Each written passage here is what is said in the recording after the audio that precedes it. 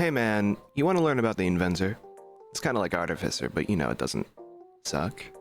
Messes with magical items, makes their own stuff, has 10 subclasses. 10 subclasses? You might have heard of it, but you also might have taken one look at it and said, man, that's a lot of stuff to read. I read it. I read all of it, and I put it on a tier list, so strap in. By the way, mind if I put on some smite in the background? I'm Archer, and on YouTube, you see a lot of ads for new books that aren't made by Wizards of the Coast, third-party stuff, and oftentimes, you don't really hear about them after the Kickstarter's done. There might be a Reddit post talking about it, but these books usually have 150 plus pages, and maybe 30 pages of character options, unless if it's a dedicated player's guide, in which there's way more stuff to just sit and read through. That's half the fun of D&D in my opinion. But sometimes reading through a new class or a longer subclass is time consuming and takes some brain power to really fully grasp. So I figured, why not me? I love reading this stuff, and I've read a lot of it. I've got a good read on what a number of publishers are like. How does the balancing from Hit Point Press and Ghostfire compare to Wizards of the Coast? What about Cold Blood Press? Grim Press? Studio Gate? Dreamrealm Storytellers? 2C Gaming? What's Ultramodern 5? Is Monkey DM a good creator? I keep seeing his stuff. What about So Many Robots? What is Vala, and why does Draco Studios keep putting this thing in their books? Is it fun? I've run into this stuff before, and I have answers for all of them, both for the big companies and the solo creators, and yeah, a lot of the creators are really talented. I've spoken to a few of them myself, and they're good people who are passionate about the stuff they make, purely in it for the love of the game, and that's what usually comes through with what they make, through their balancing and their endless rewrites. So Many Robots rewrote Blood Rager at least twice last time I checked before he sends off Songs of the Spellbound Sea for last-minute checkups. I know what I'm talking about on a personal level when it comes to third-party content. On this channel, I focus mostly on player-facing stuff and break down the rules to be easy to ingest and simple for you and your DM to watch and get an idea of what this new thing can do in your game. Why would you want to play the Inventor? Because they're better than Artificer. Okay, yeah, there's more, but it's an Artificer 2014 rewrite at the end of the day. I'm sure 2024 Artificer is fine, but I just don't care for it. There's no Thunder Cannon, and that's what I wanted out of the first UA. Importantly, there are more options, more dials, and more unique buttons to the base class and for each subclass. You get to vacuum up all the magic items, and you're not making them off a list. You get to genuinely modify the magic items that you already own. I firmly believe that if a class ability can be replicated with gold, it's not the best class ability. Your core class features, at level 3 and past level 7, generally focus around using magic items more efficiently than others at your table. You're not just undercutting 300 to 1,000 gold for a bag of holding, you're transferring the +1 magic item buff to something your party actually wants, which is not easily replicated with gold, and the base Artificer cannot do this. So what can the Inventor do? By and by, the Inventor is entirely defined by their subclass, which they get at level 1 by the way, and the invocation-like features that they get every other level past 3. You've got options upon options upon options, and they're very meaningful the whole way through. I can tell you about the core Inventor class, and I will, but it's not the most interesting or dynamic part of the class.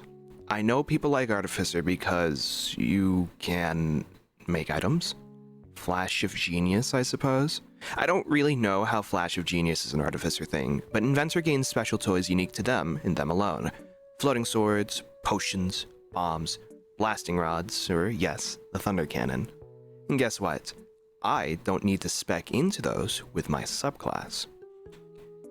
You're a half-caster with free access to detect magic and identify at level 2, and later on you get the ability to use items with class restrictions without meeting those restrictions, and you gain even more charges for items that use charges.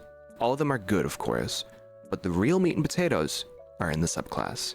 Let's go over them really fast and then get into detail. What are the different subclasses? Well, we've got the Gadgetsmith, who combos their upgrades together. the Golem Smith, who's self-explanatory, the Infusion Smith, who takes a specific unique toy of theirs and plays pretend fighter. The Potion Smith can make bombs, healings, and do a lot more interesting things. The Thundersmith has the Thunder Gun. The Warsmith is your Space Marine Terminator, big armor and all. The Fleshsmith is unable to be disarmed and dissects or hooks their enemies. The Cursesmith is the biggest gambler in the world, and I love them for it. The Runesmith happens to be a cool YouTuber and also has reliable activatable powers for you and your friends. And the Relicsmith is a sort of cleric who Belmonts their way to victory, which is a lot. There's 10 subclasses. We're gonna go through them in order from stuff that I like to stuff that I don't like, which means it's tier list time. Our 3 categories are cool concept, utility, and readability. Cool concept factor is how do the mechanics lend to an interesting character idea. If you get pigeonholed into a single archetype, you'll score low here, but if you have an open-ended theme, that'll be peak performance. Mechanical utility or options is having a novel concept for the subclass that makes it worthwhile to play. Mechanics that are unique and satisfying will score high. If you give me extra attack and Hunter's Mark, it's gonna score low. Ranger already does that. People don't like playing Ranger. You gotta wow me to score well. Our creator here, Kibbles, though, usually scores really high on this metric across most of his things, so we won't see anything in D for this category. Finally, understandability. If it takes a few reads, it's fine. It's D&D. I'm going to obsess over something like this for a week at least, but sometimes it just takes a while to get everything to sink in properly. This is an issue with Kibbles stuff, which is not the absolute best for players who are looking to quickly put something together or are otherwise new. The Gadgetsmith, unironically, requires you to read through your upgrades more than a few times to ensure you have a cool combo, which means you need to remember what they do. Speaking of the Gadgetsmith, the first and titular archetype of the Inventor, these guys are, in my opinion, the most complex, but also the most rewarding subclass to play. It has the most options present to any Inventor, but it helps ease the decision paralysis by allowing you to change any of your upgrades each long rest. This is huge since you can prepare for any encounter you think is coming up the next day by rearranging all of your upgrades to have the right tool for the job. On that alone, the mechanical utility this gets is an S.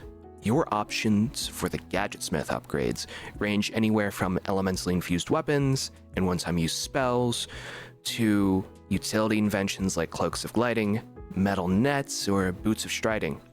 The fun part is, when you sit down and read through your upgrades and realize that the Steelweave Net deals an additional d6 of lightning damage whenever the restrained creature takes lightning damage, and there's at least 3 different ways to deliver that damage in the first level upgrades alone. Some of these inventions truly stand out and beg for creative use and forward planning from the player, turning any combat into a cool puzzle the player can solve if they chose the right tools for the job. In terms of concept factor, it's a generic Artificer Inventor steampunk adventure idea, which is good. The generic option allows for the player to come up with a less specific idea and do whatever comes to mind, or a much more specific idea and flavor certain aspects of the class to fit in with their theme. Link from Legend of Zelda is an amazing example. He's got so many random tools in his kit that he can just kind of pull out of his ass that would make sense for this sort of inventor to be flavored into. There's options for playing a sneaky Gadgetsmith that can disappear in a very literal puff of smoke. You could play a pilt-over cop and capture criminals, or be a tried and tested scientist putting their inventions to the field.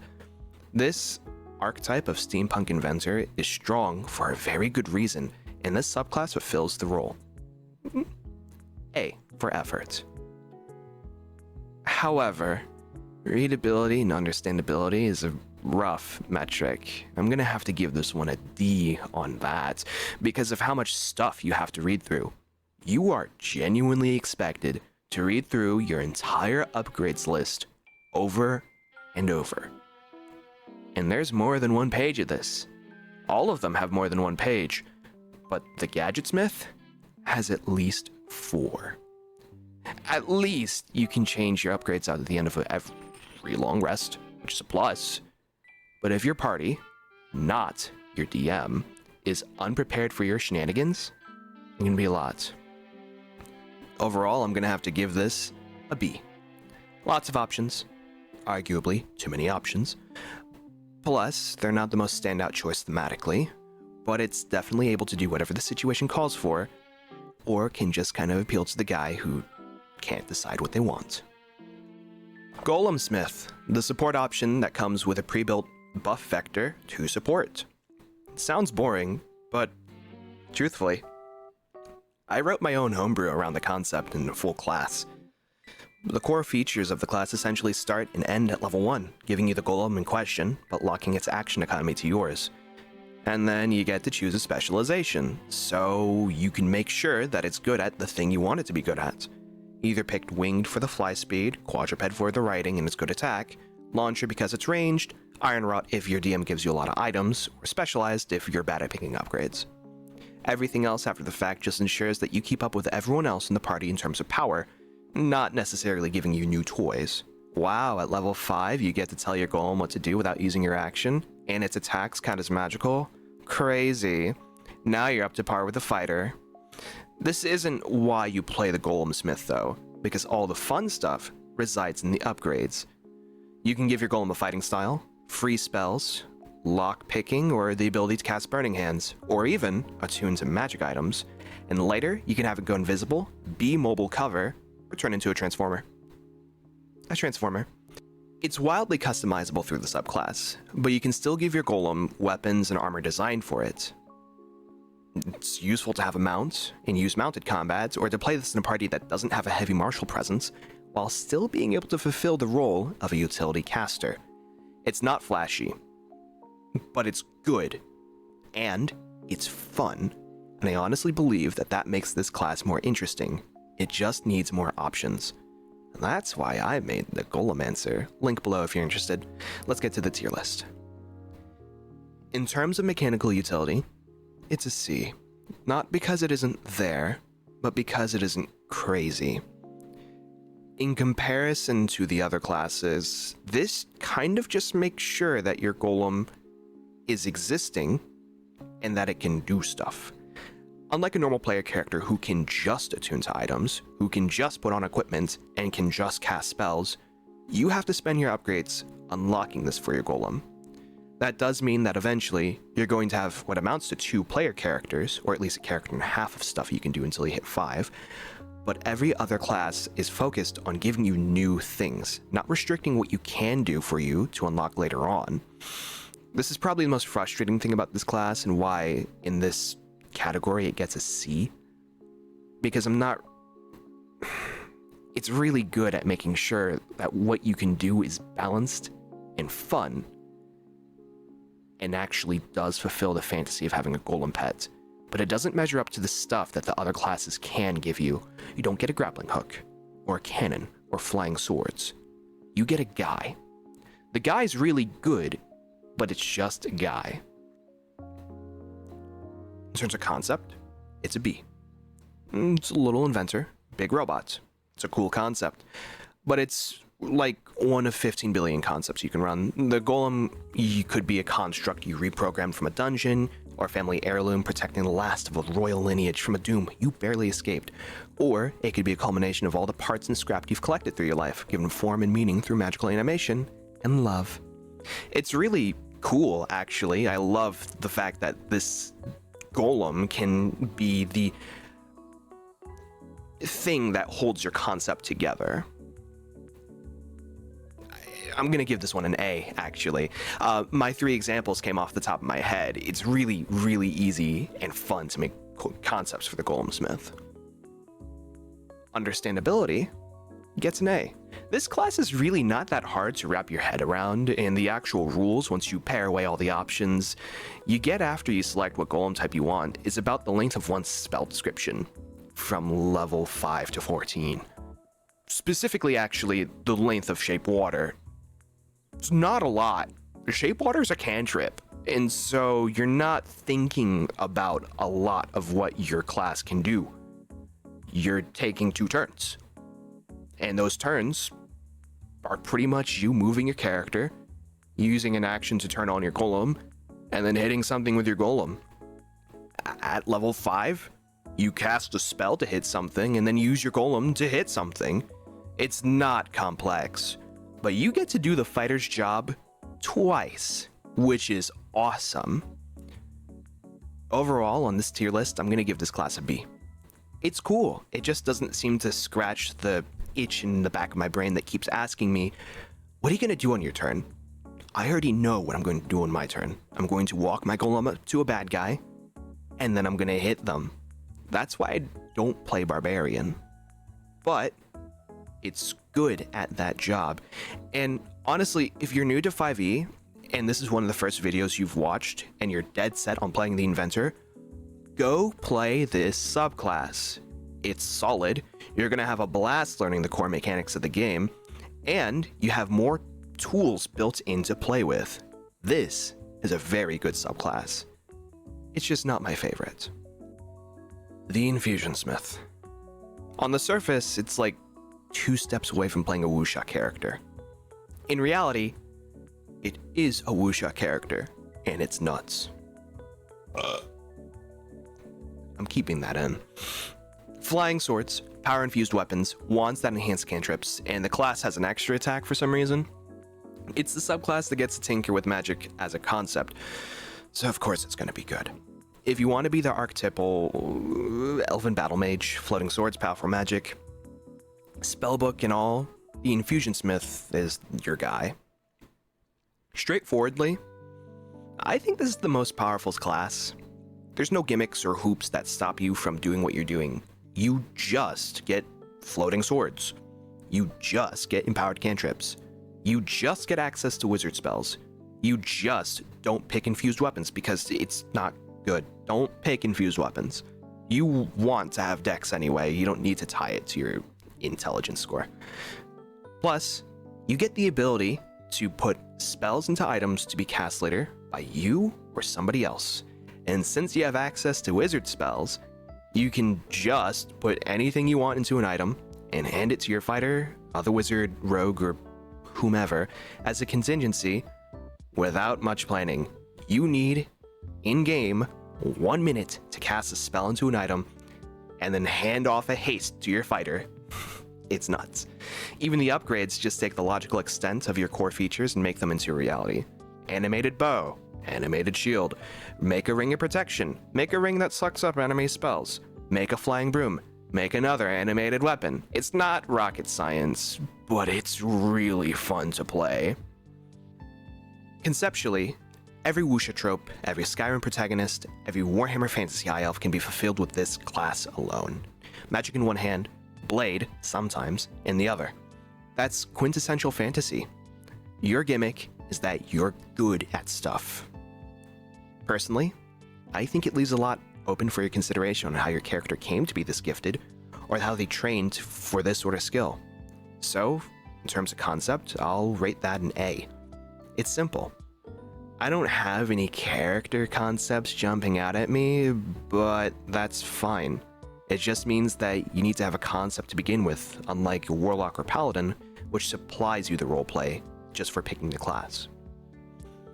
In terms of readability, it's also an A. The abilities are straightforward. The only stumbling point is having to read a spell list. Wizard. But all your features, both upgrades and core abilities, aren't hard to grasp. They just leave you more options. It's not that bad, so I guess this class is an S.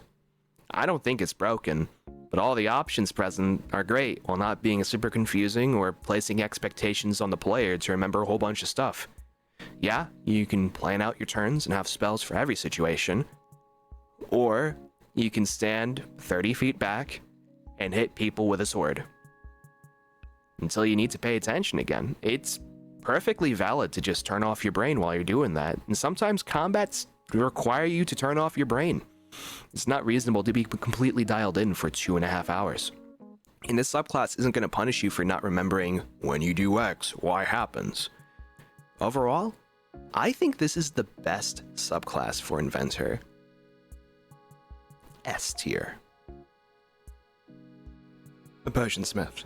You'd think this would be the one with the healing, and you'd be right, but there's a lot more to the Potionsmith than just that. As a whole, yes, you're the support class, but you give temporary HP and real HP. However, you're making consumables, and everything the Potionsmith makes is meant to be thrown or drank. This includes your spells. You can drink your spells. Why is this a big deal? Because you don't have to use your action to cast spells on your allies.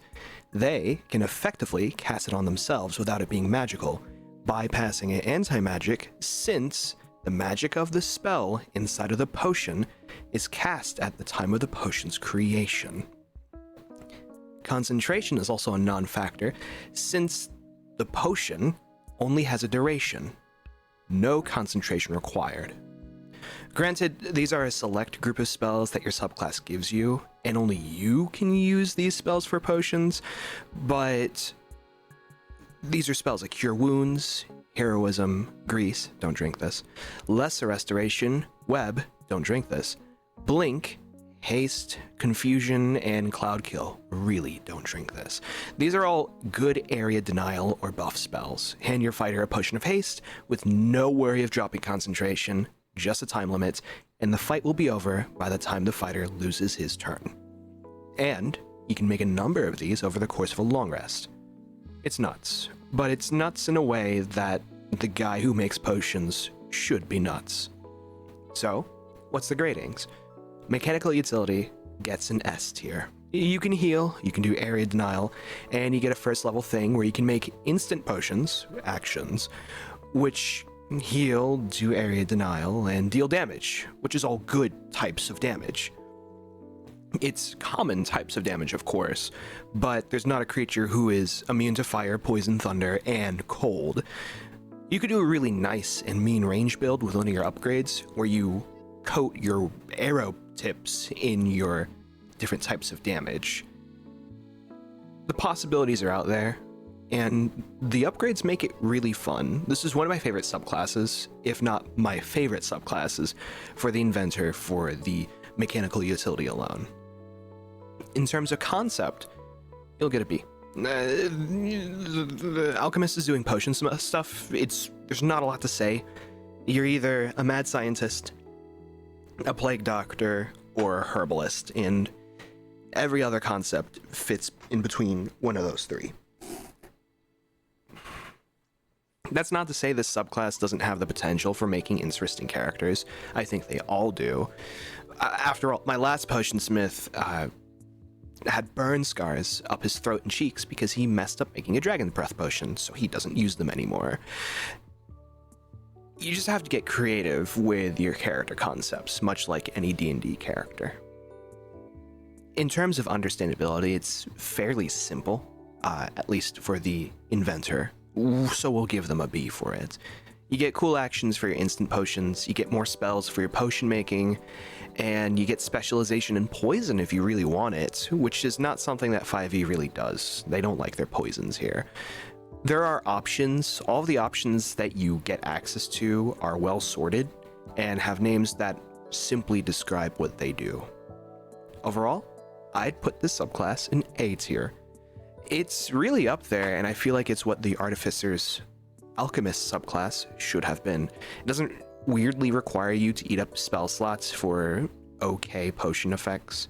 You have a lot more potion effects that all are pretty self-explanatory, and your options are meaningful, and you still have a number of cool and unique class-specific potions that you get to hand out to your friends for fun and profit. It's good stuff, and it fulfills the fantasy of what I believe a potion-making artificer should be. The Thundersmith, which is the original thing that I and many people wanted from the very first Artificer Unearthed Arcana. The Thundersmith is the logical conclusion to the one subclass that was removed from that Arcana many years ago. If you want to blast people with lightning via cannon or lightning hammer, then this is the one for you. Because that's what it does. It doesn't do anything else because it doesn't need to. The Thundersmith gets a big cannon or lightning weapon, and you hit really hard. Doesn't really feel like you hit super hard until you get past level 5 or so, because the Thundermonger ability gives you effectively sneak attack dice without needing to have the conditions for sneak attack. You just shoot or smack somebody with your special weapon, and they blow up in a bunch of d6. Mechanical utility is AC. Your upgrades are side grades for your weapon. I'm not super impressed with the upgrades that you do get access to, but what sort of upgrades can you expect for a class that is just a gun and is an increase in damage? Lightning resistance? Sure. Cone attack? Why not? It's weaker than blowing up your target, but, you know, you can hit multiple bad guys. Hold 2 weapons? Okay. Increase the range on your cannon? Sure. But none of these, unlike the other subclasses, don't change what you're doing or add new possibilities to what you can do. You just do the thing that you're good at better. Basically. And if there's a large group of enemies, or someone immune to lightning, you don't deal with them because you're part of a party, and other people can help you. You're not supposed to do everything alone. I think that's a failing of some players that want to do that sort of thing, but you're a part of a team, and the wizard or the cleric can do that. You're a half-caster. Still, the be-all and end-all of the class hinges on hitting something really hard once. So that's why the mechanical utility gets a C. Even the rogue gets to be a skill monkey that sneaks around, you get a gun and some utility spells. It's not bad, it's just not as interesting as some of the other subclasses.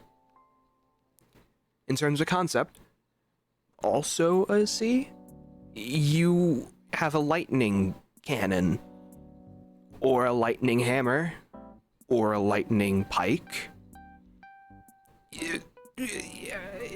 You're gonna play a mad scientist, basically, whether it be through storm giant ritual, or capturing a lightning elemental in a bottle, or being the very first fantasy Tesla.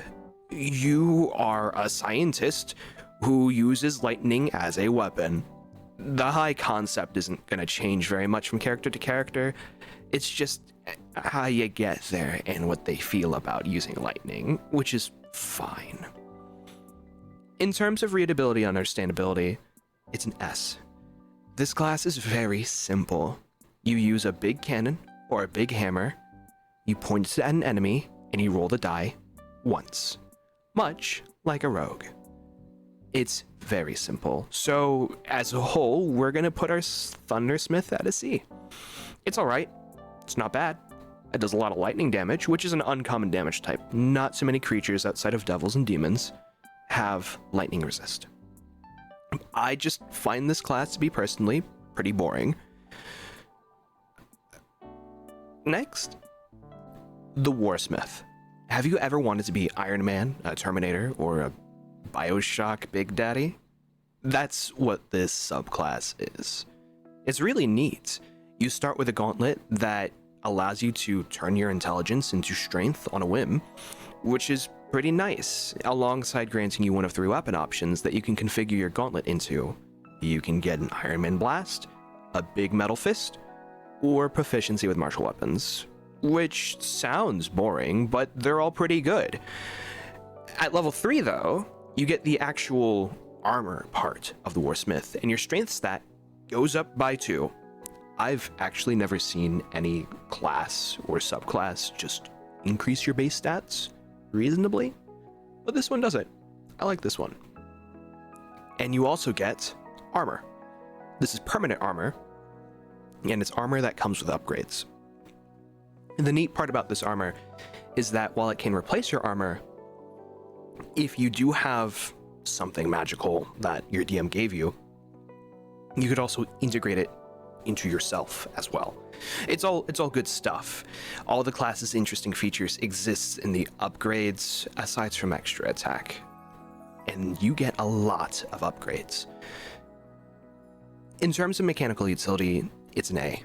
It's nothing crazy. You get to punch really hard when you like, and your upgrades range from a grappling hook, increasing your AC, increasing your movement, to the halo camo with the shimmering and all, to charging up a spell, or all sorts of other high levels of technology. Looks like magic shenanigans. It's really good, but the only reason why it's not S tier, because it isn't Gadgetsmith, it isn't Potionsmith, and it isn't Infusionsmith, which has options that work in and outside of combat meaningfully, in addition to aiding your allies. In terms of concept, it's easily an S. You get to be Iron Man, or Master Chief, or a Terminator, or the Doom guy, or any other armored guy in media ever. I mean, you can get up to large size once you hit level 15, but this is as close to playing a straight-up superhero with as little reflavor in D&D as you can. Hell, one of my friends used this subclass to play as a diving suit captain since we were going to be at the bottom of an ocean over and over again, and somehow this class has stuff for it that can meaningfully work in an entirely underwater campaign, from having terrain-altering upgrades to sealing off your suit so that outside atmosphere can't get in. You could play this in space without really thinking about it.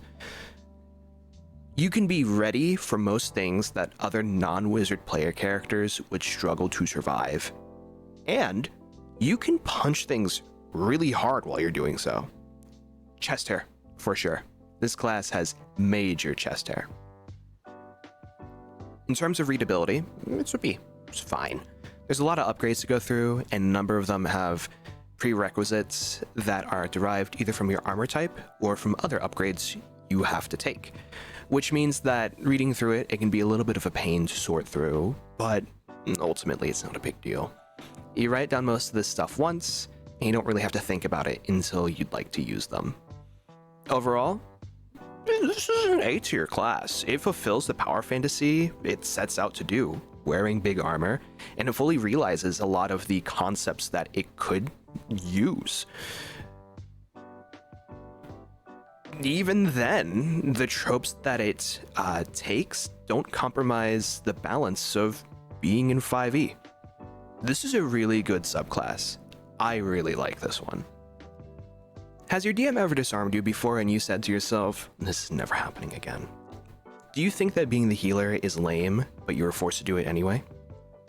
Are you a fan of Monster Hunter Wilds? Are you playing Monster Hunter Wilds right now? Do you want to include Monster Hunter Wilds in your campaign, except instead of making armor, you just graft the parts on yourself? Did you eat bugs as a kid? Let me know if you ate bugs in the comments. You should play Fleshsmith. Your DM may not want you to play a Fleshsmith, but I assure you, I want you to play a Fleshsmith. Essentially, you get one of 4 cool mutations: a bonus action attack, an attack that uses your medicine skill check as an extremely reliable expertise attack, a combat pet, or a grappling hook, which are all pretty useful in their own right. These 4 options, thankfully, can be taken later on as upgrades for your class as well. So if you're indecisive, you can pick them. The difference is that since you get one of these 4 things at level 1, you get a special benefit for picking them. Your perfection of selections will give you some sort of special improvement between dissecting people and restoring hit points, to getting a familiar that can do combat, to getting a grappling hook, and it's grappling hook. We love grappling hooks. They're pretty useful. Even if you have 2 Fleshsmiths in the same game, both of them, because of your level 1 features, will play very differently as very different combat monsters, which is something you can't really say about most of these subclasses that happen to have extra attack at level 5. But it stands to be said about Fleshsmith because of its high variability and meaningful upgrades. Regardless, you also get to regenerate your limbs, you get extra attack, which is just so cool. Your upgrades are very crazy as well. You get a lot of monster abilities, Flame Breath, Crushing Grapples, extra appendages, Growing Larger, of Revivify, and so much more. So what about the tiers? In terms of mechanical utility, we're gonna give them an A tier. Come on, you're essentially on par with the Warsmith in stuff you can do, which we just covered, but it's got a few more bells and whistles. Not necessarily increasing your AC, but being able to heal, get better natural weapons that help with grappling or healing yourself and your friends. It feels like you're a dangerous ball of teeth and claws that your DM has to handle with thick gloves, lest his encounters get eaten by the scary monster. Conditional attacks are pretty cool, and so is getting Venomous Fangs or Vampiric Fangs or Demonic Fangs and so on and so forth. Conceptually, despite this class being one of my favorites, it gets a C. This subclass makes it very difficult to fit into a setting without some conversation with your DM. It's an inherently horror-themed subclass where you're playing a mad scientist or a monster rascal guy. Not every DM is okay with that. Most of my friends would look at me funny if I were to try and run this guy in this game, which really puts a damper on actually playing the damn thing. Mechanically wonderful, but the theming is one note. I'm gonna put this at a C. In terms of readability, it's a B. It's also in the same sort of boat as Warsmith, which, requires you to read and has prerequisites, which can be annoying. But the upgrades are one-time sheet changes or new abilities you want to use frequently. So overall, I'm going to give the Fleshsmith a B. It's in a similar boat as Warsmith, except that it's less justifiable than a Warsmith in most games because of its theming, and that theming is essential to the class identity as a Fleshsmith. If your DM is cool with it, though, you're gonna have a great time. Otherwise, I'd talk with them on reflavoring things. Flavor is free, but I can't come up with something easily. Maybe your character is a monster that doesn't eat people? I don't know. That's why it's not any higher than a B. The Cursesmith, the risk-reward class with a cool theme to boot. It's not only, going to use cursed items and cursed enemies, but it makes use of cursed items in a cool way without necessarily needing them to be handed to you. You make your own cursed items. Honestly though, when was the last time your DM gave you a cursed item? If they did, they probably only gave you one. There's not enough cursed items in the game anyway. So having this class go around simply making your game more aware of cursed items is going to be more interesting just because of their presence. What's to say about their features?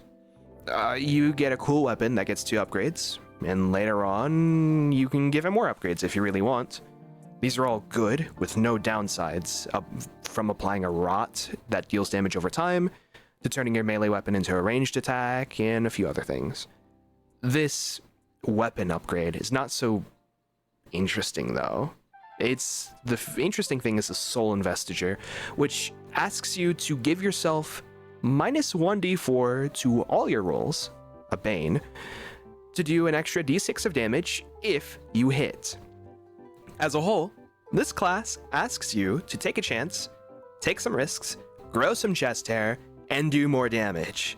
Yeah, there's the paths at 3rd level that can turn some of these banes into boons, and there's different options, but they all lie in the same get a bad thing but also a good thing too bed. So what do we think of it in terms of our tier list? Our first category, mechanical utility, will get a B. It has to be a B. If it were an A, this class would have failed conceptually. It needs to be a B because of all the things you gain come with a downside in some sort of shape or form for the most part. Half of your upgrades are cursed items. The other half are cool spells or upgrades that make you do more damage, conditionally. So it has to be a B. The cursed items are really cool though. My favorite one is the Helm of Omniscience, which gives you the effect of Foresight until the start of your next turn. Which, by the way, Foresight is a 9th level spell that gives you advantage on all of your rolls. But every time you roll, with the foresight advantage, you take a d6 of psychic damage.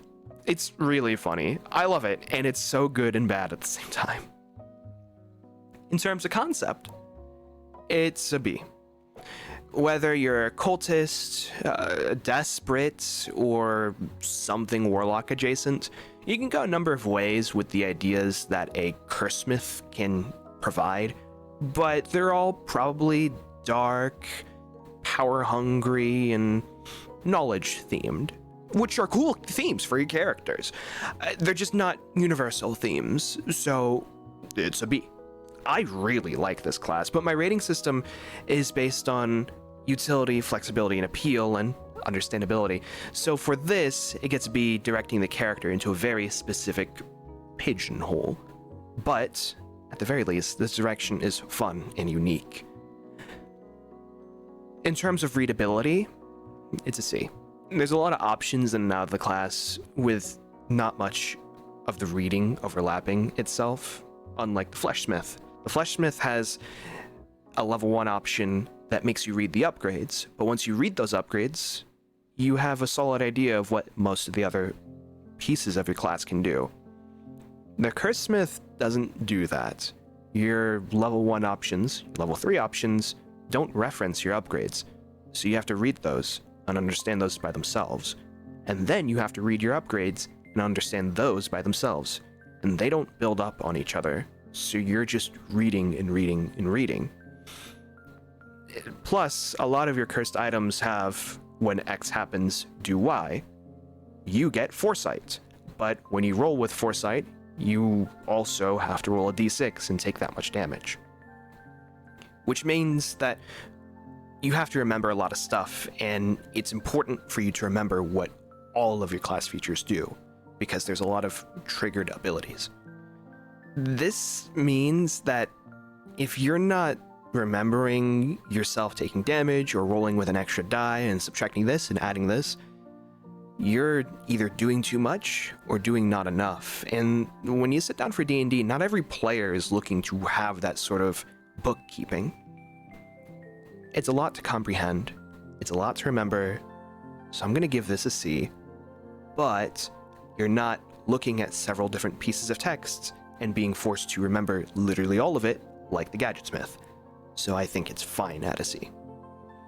Overall, I'm gonna give this class B tier. Not because it's uninteresting, but because most of the interesting decisions lead to you stabbing yourself. It's really fun to play, having this cool juggling act, but if you want to have the power fantasy of being strong and demonic character who traded their soul for power, just go play a warlock, because you don't have to balance any negatives, you just kind of do the stuff. The Runesmith. Hey Runesmith, I hope you're watching. I'm going to find you. I'm going to take a better picture with you, and then I'm going to ask you to sign my copy of Stibble's Codex of Companions. You're a cool person, and I really hope you keep making quality YouTube videos and doing the things you find fun with the people you love. Oh, the Runesmith. Inventor. Yeah, sure. You get runes, and they have effects. It sounds really boring, I know. But that's the thing with the Runesmith. On paper, you just get 2 runes at level 1, and you get another rune per level you gain in the subclass. 3, 5. Which is fine. Each of these runes can be marked on a weapon or a piece of armor for the passive effect, and they can be activated as part of an attack action for their empowered effect. That's the whole class. There's not much else. You get a runic path at level 3, you get extra attack, whatever. But these runes can be handed off to your allies or kept for yourself. Plus, you get more runes in your upgrades. Aside from the 4 that you select, you can get 2 more in gravity and blood. So what's the mechanical utility? We're going to give this one an A. You get a lot of buttons to press and knobs to fiddle, and the way that you press those buttons is by smacking people in the face, which is fun. Everyone loves smacking people in the face. Having the different fidget toys that you can give your weapons, your armor, or your friends means that you'll have to think about stuff during combat that isn't just, do I hit them, or do I cast grease and then hit them next turn? Now, You can hit them and figure out which rune to activate on yourself or one of your friends. And you can activate these runes once a turn, as many times as you'd like. Not an amount of times equal to your proficiency bonus, not as an amount of times per short or long rest, just once per turn. Lightning deals extra damage, and it adds an extra mini haste, and warding runes grant temporary HP and they reduce damage you take, which is pretty neat. And those are only weapon upgrades, since your armor upgrades give you something else. It's really nice, and it adds a lot of different combat math to your combat. Conceptually, I find the runesmith to be a B. Doing runes is really cool, but it'll always be based on some form of writing.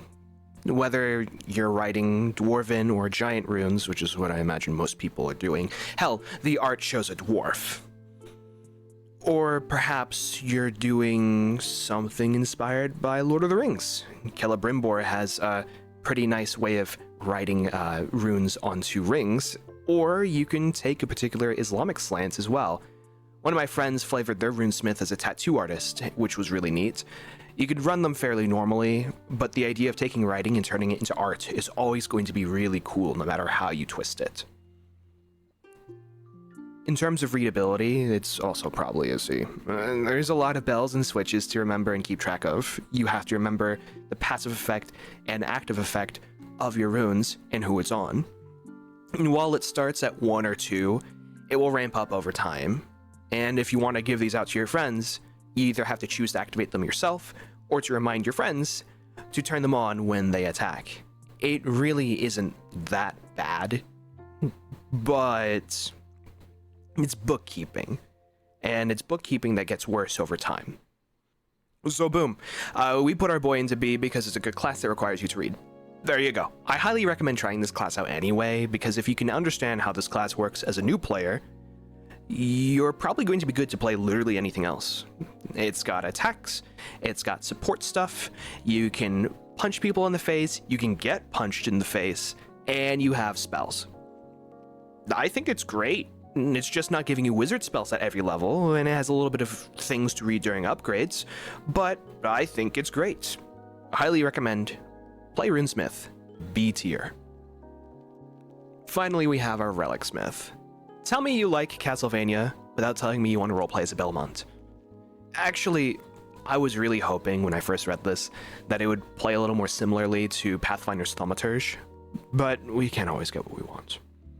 Instead, we get a rather competent support class that specializes in small buffs and debuffs to do cleric-like stuff. What sort of cleric-y things? Things like having a divine reliquary, of which you get one of 3, like a sword, a gun, or a lantern, which is my favorite one, in my opinion, all of which have their merits.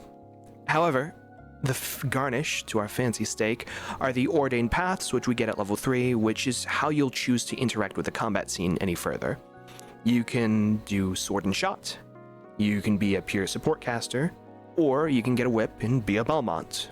Yes, level 5 you get extra attack, but also the upgrades care about which relic or which path you chose at level 3. The Belmont path encourages you to cast Bane so that you can deal damage to your foe whenever they are forced to roll the Bane dice, which is really neat. And it heals you when you deal fire damage. Or the Lantern. The Lantern!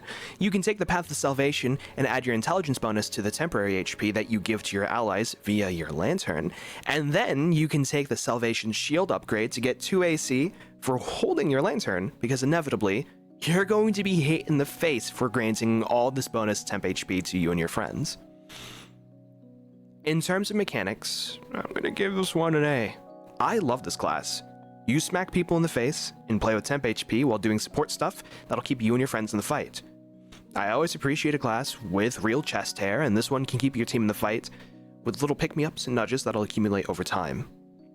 In terms of concept, A. It's a cleric that's focused on the ritual and physical elements of prayer rather than the spiritual, which can be interpreted similarly to each other.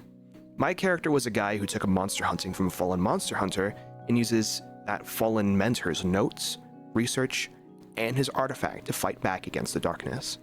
There's a rather unsubtle push for Belmont-inspired whips, which I really do appreciate, since anything that has anything to do with whips in 5e doesn't get much love outside of kinks and cantrips. You should check that book out. It's really good. In terms of readability, you know, a C.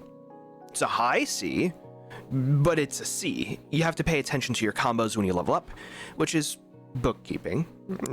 Bookkeeping gets you a C.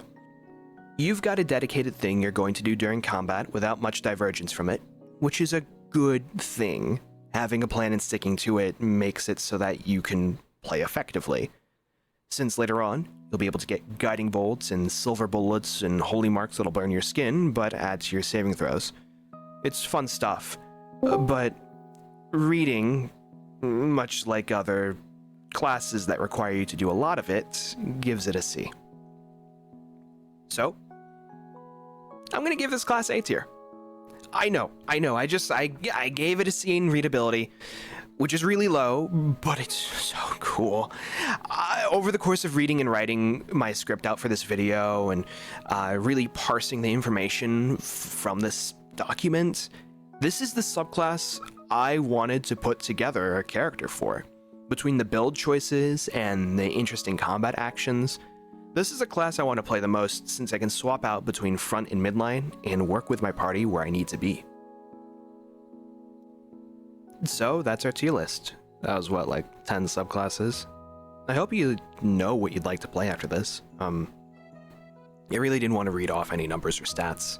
I figured it'd make for a pretty dry video, so I just went for what I found most interesting.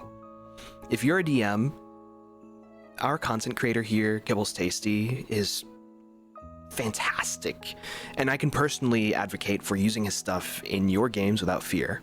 Suspicion, sure, you're a DM. A healthy dose of suspicion from your players is to be expected, but Kibbles works really hard to ensure that a lot of his stuff is balanced in comparison to the core Tasha's related 5e stuff, which I really appreciate.